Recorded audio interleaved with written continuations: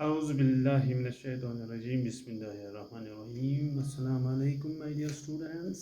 So कल हमने Levi's dot structure discuss किया था, तो आज हम उसका थोड़ा एप्लीकेशन पार्ट जो है वो करने जा रहे हैं। ये है NCERT बुक पे प्रॉब्लम 4.1 है, write the Lewis dot structure of CO molecule. CO molecule का हमें लेविस डॉट स्ट्रक्चर बनाना है।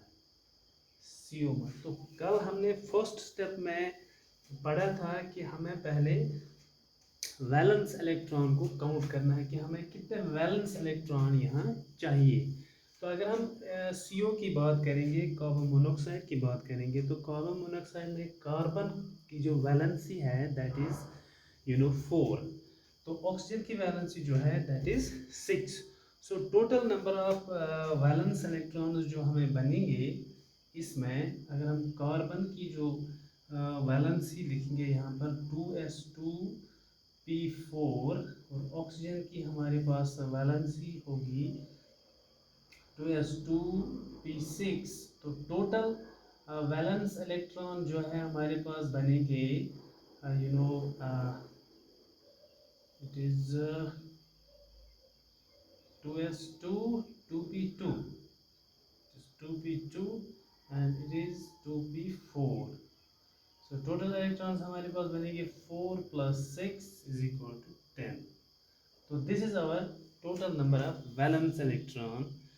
तो skeletal structure कार्बन मोनोऑक्साइड का इस तरह हम लिख सकते हैं। This is the skeletal structure, सरसरी स्ट्रक्चर, skeletal यानी primary structure. It is primary structure is like this. हम कार्बन और ऑक्सीजन को इस तरह रख सकते हैं। नाउ तो हमें अब एक काम करना है, we have to draw a single bond between these two atoms carbon and oxygen. तो for that we have to हमें यहाँ पर एक शेयर्ड इलेक्ट्रॉन पेयर रखना है लाइक दिस। तो नाउ यहाँ पर 2 इलेक्ट्रॉन और, तो यहाँ पर हमारे पास 6 इलेक्ट्रॉन्स।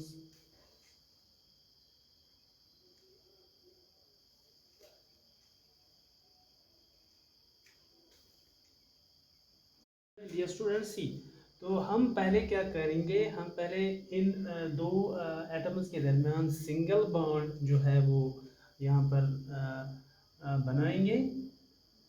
एज्यूम करेंगे कि these atoms are together bonded by a single covalent bond.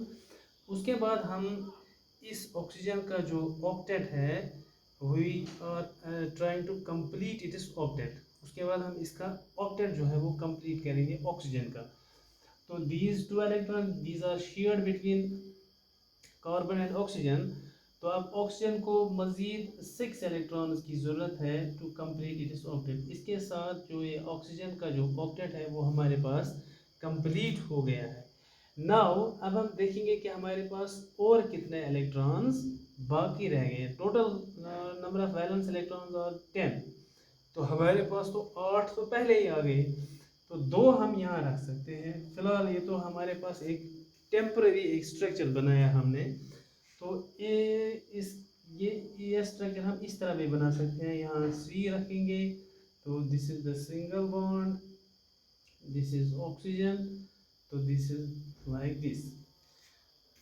तो अगर हम यहाँ देखेंगे कि इसका जो ऑक्टेट है that it satisfies the octet rule. The oxygen satisfies in this way. The oxygen satisfies the octet rule, but carbon does not.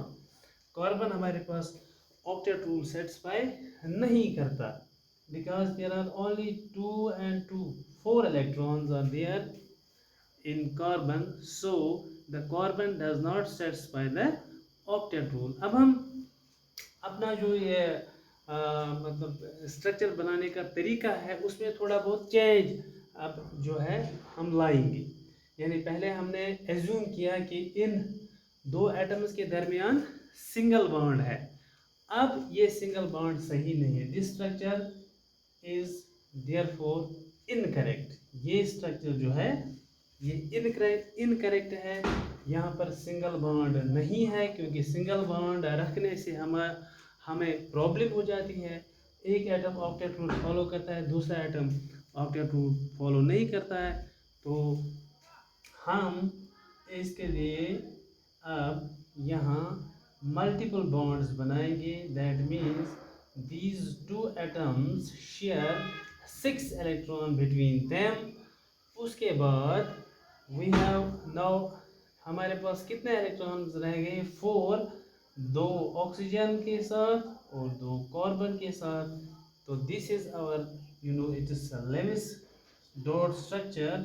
it can be represented like this, triple bond O, this is our lone pair of electron। तो इस तरीके से हम इस carbon monoxide molecule का Levi's dot structure बना सकते हैं। अब हम एक आयन का जो एनाइन है इसका लेविस डॉट स्ट्रक्चर बनाएंगे। That is NO2 negative, NO2 negative. NO2 negative का हम लेविस डॉट स्ट्रक्चर बनाएंगे यहाँ पर NO2 नेगेटिव। तो फर्स्ट स्टेप में हमें देखना है number of valence electrons,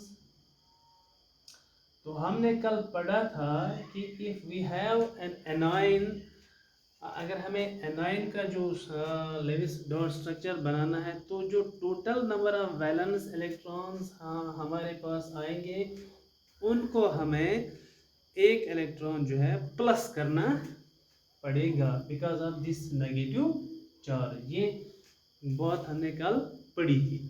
now nitrogen की जो वैलेंस इलेक्ट्रॉन्स है, these are 5 electrons are there in 5 is the valence electrons of nitrogen।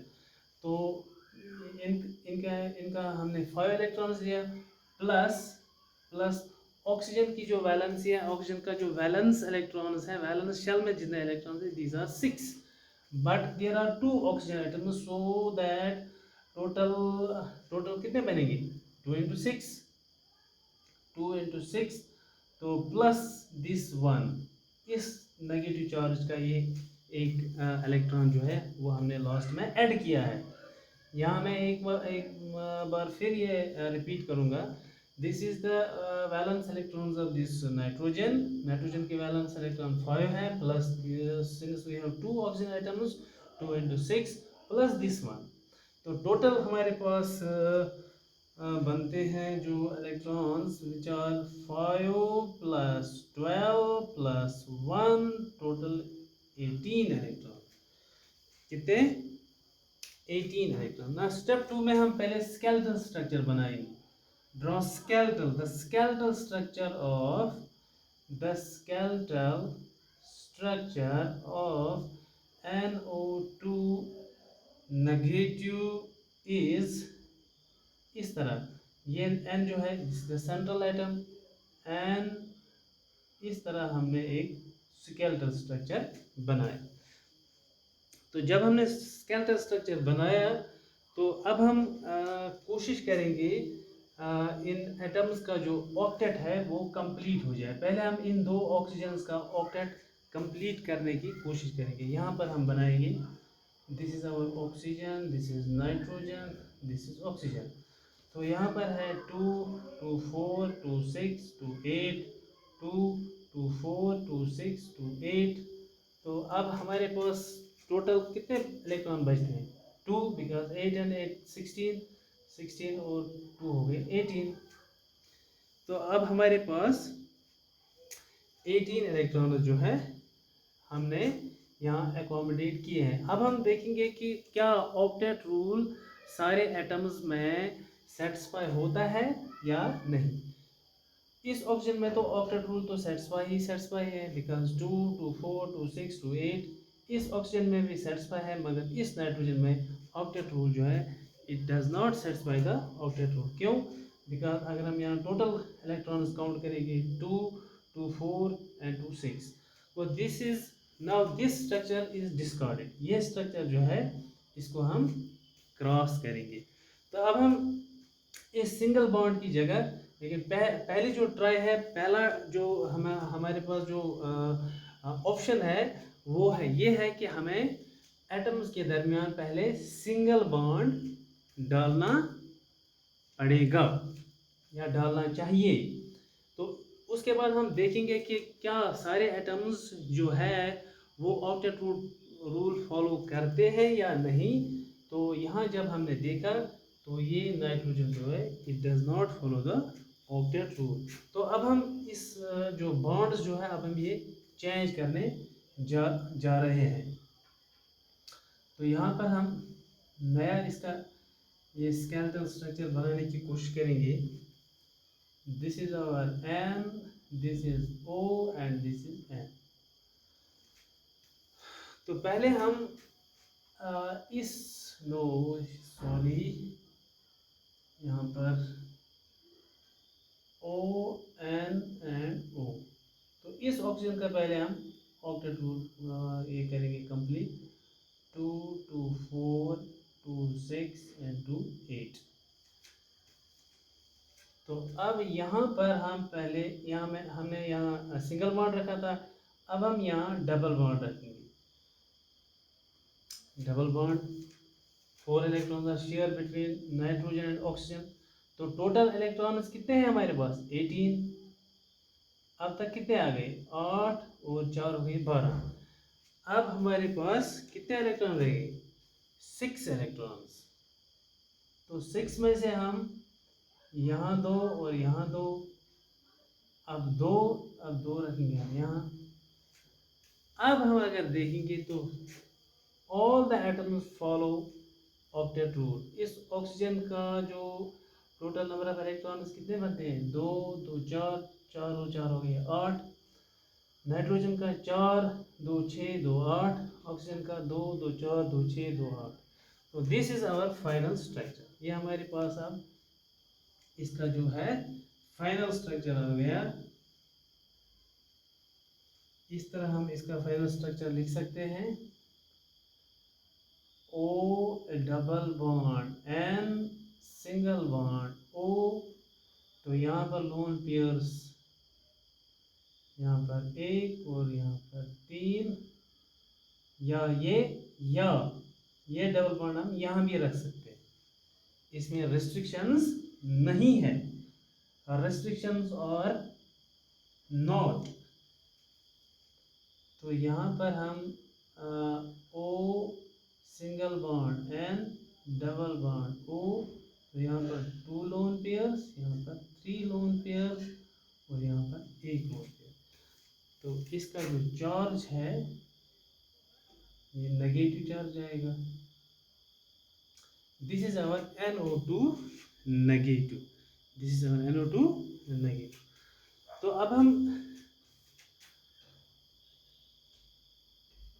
इसके बाद जो हम डिस्कस करने जा रहे हैं that is formal charge. This is known as the formal charge. This charge on molecule. अब ये फॉर्मल चार्ज पर हम थोड़ा बहुत डिस्कस करने जा रहे हैं। फॉर्मल चार्ज, इसके लिए we have to apply a formula. एक फार्मूला हमें अप्लाई करना जो पड़ता है।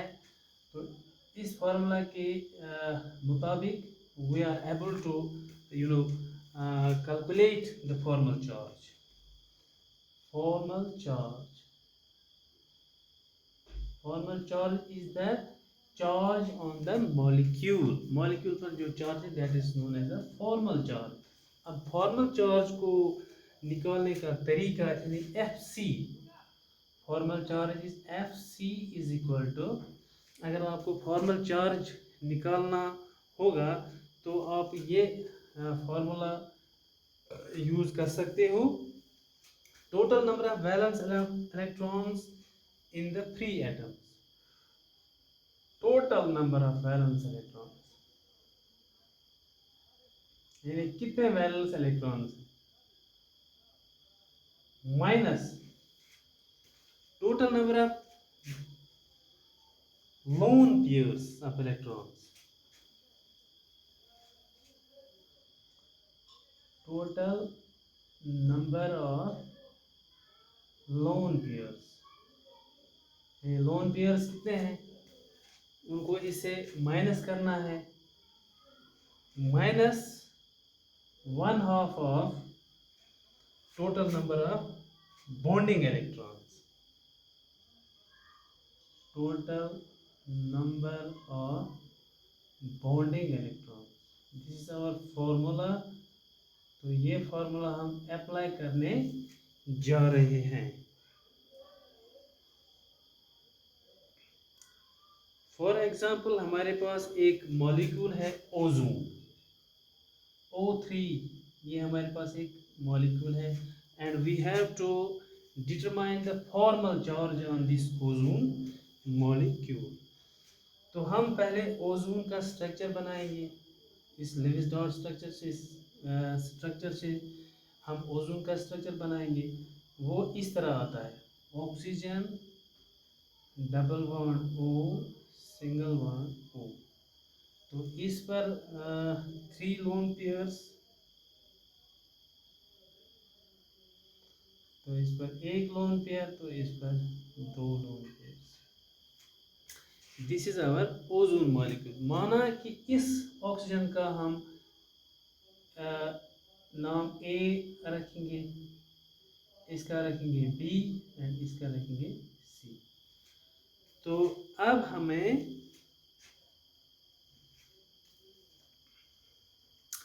इस एटम का पहले फॉर्मल चार्ज निकालेंगे। फॉर्मल चार्ज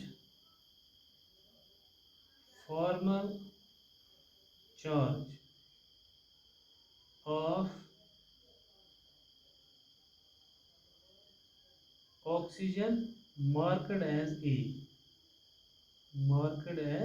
जिसका हमने A मार्क किया, इसका फॉर्मल चार्ज हम निकालेंगे। वो किसके बराबर है, total number of valence electrons कितने हैं, 6, ऑक्सीजन के total number of valence electron 6 है, minus total number of lone pairs, कितने लोन पेयर्स हैं 2, minus 1/2 into total number of bonding electrons. Bonding electrons कितने हैं, हमें पता है एक सिंगल बॉन्ड बनने में 2 इलेक्ट्रॉन्स को शेयर होना पड़ता है, तब जाकर हमारा सिंगल बॉन्ड बनता है। तो डबल बॉन्ड बनने के लिए 4 इलेक्ट्रॉन्स की ज़रूरत होती है शेयर होने के लिए। तो यहाँ पर कितने इलेक्ट्रॉन्स टोटल बॉन्डिंग इलेक्ट्रॉन्स हैं, 2, 2, 4 एंड 2, 6, 1/2 इंटू 6। तो ये टोटल बन जाता है 6 माइनस 2 माइनस 3, 6 माइनस 2 माइनस 3, वो होता है बराबर 6 माइनस 5 इज इक्वल टू 1। तो अब इस ऑक्सीजन का जो चार्ज है, फॉर्मल चार्ज, वो क्या निकला हमें, +1। क्या निकला हमें, +1। तो अब इस ऑक्सीजन का हम निकालेंगे formal charge on oxygen atom marked as B, formal charge on oxygen atom marked as B, जिसका हमने B मार्क किया है, उस पे जो फॉर्मल चार्ज है वो हम निकालने की कोशिश करेंगे। हमारे पास फॉर्मूला है, formal charge is equal to number of valence electrons, obviously 6, minus total number of lone pairs कितने हैं 6, माइनस 1/2 बॉन्डिंग इलेक्ट्रॉन्स 2,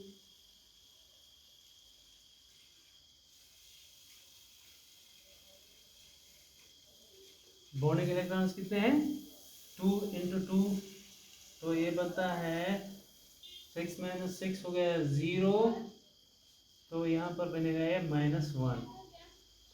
तो इस बी वाले इस ऑक्सीजन एटम पर फॉर्मल चार्ज क्या आएगा, -1। अब सी, अब किस पर देखेंगे, सी पर, सी पर हम देखेंगे अब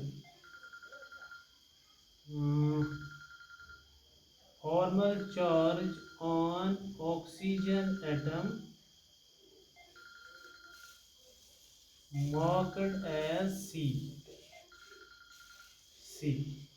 तो ये F C is equal to, इसका भी वैलेंसी 6 है, माइनस लोन पेयर्स है 4, -1/2, बॉन्डिंग इलेक्ट्रॉन्स कितने हैं 4 × 4 equal to 6 -4 -2 is equal to 0। तो इस पर हमारा जो फॉर्मल चार्ज है वो 0 आता है। इस पे फॉर्मल चार्ज +1, इस पे -1 और इस पे 0। अब हमारा स्ट्रक्चर क्या बनेगा, यहाँ पर हम अब फाइनल स्ट्रक्चर बनाएंगे with formal charge, with formal charge हम यहाँ पर फाइनल स्ट्रक्चर बनाएंगे ओजोन मॉलिक्यूल का, ओजोन मॉलिक्यूल का फाइनल स्ट्रक्चर हम यहाँ बनाएंगे with formal charge. This is our central oxygen, इस पे एक लोन पेयर था और इस पे फॉर्मल चार्ज प्लस था। दिस इज अनदर ऑक्सीजन, इस पे 3 लोन पेयर्स थे and formal charge was negative. तो यहाँ पर दिस इज ये दूसरा ऑक्सीजन, इस पे फॉर्मल चार्ज 0 था। This is the final structure with formal charge of ozone molecule.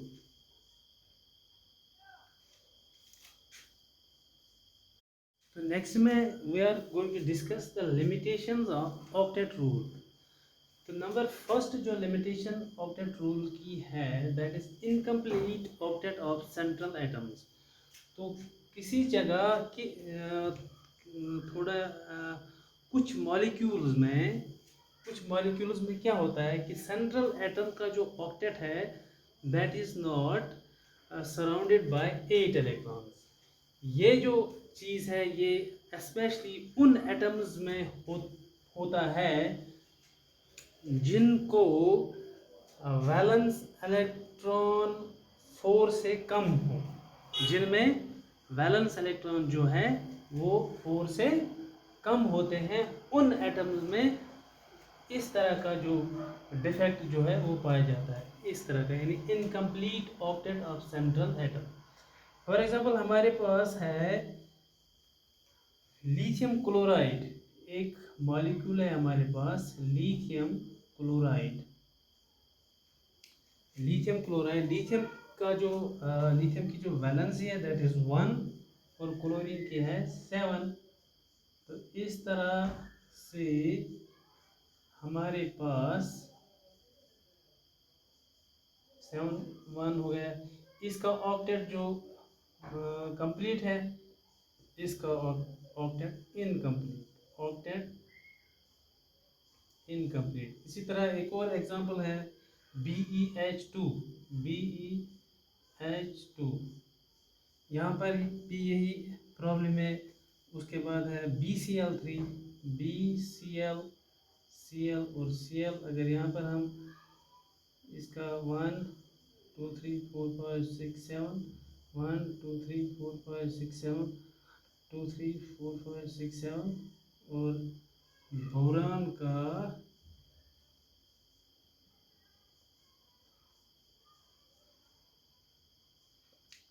3, हाँ बोरान की वैलेंसी 3 है। तो अगर हम यहाँ पर बोरान का देखेंगे,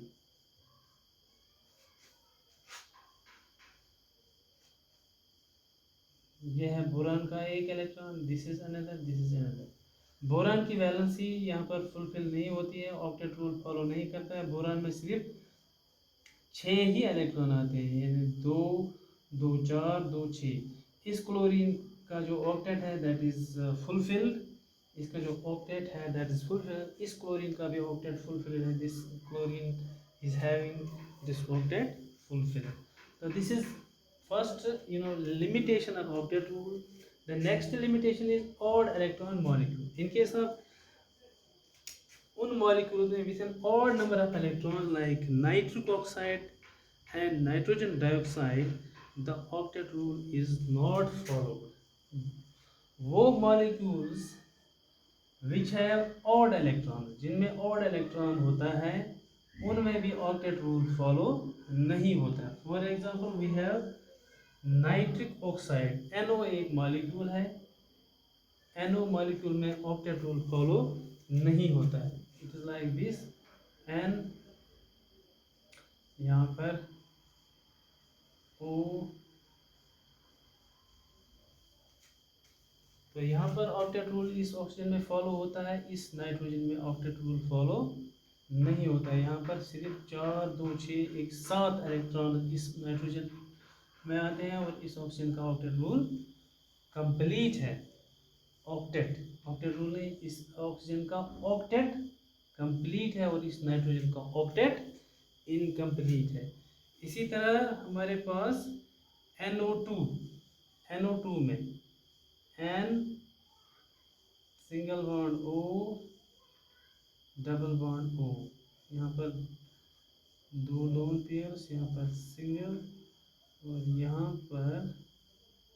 यहाँ पर फॉर्मल चार्ज पॉजिटिव और यहाँ पर नेगेटिव. आप ये कैलकुलेट कर सकते हैं इसका फॉर्मल चार्ज. ज़रा हम यहाँ इसमें थोड़ा बहुत ये कैलकुलेट करेंगे. इस नाइट्रोजन का जो फॉर्मल चार्ज कैसे पॉजिटिव आता है.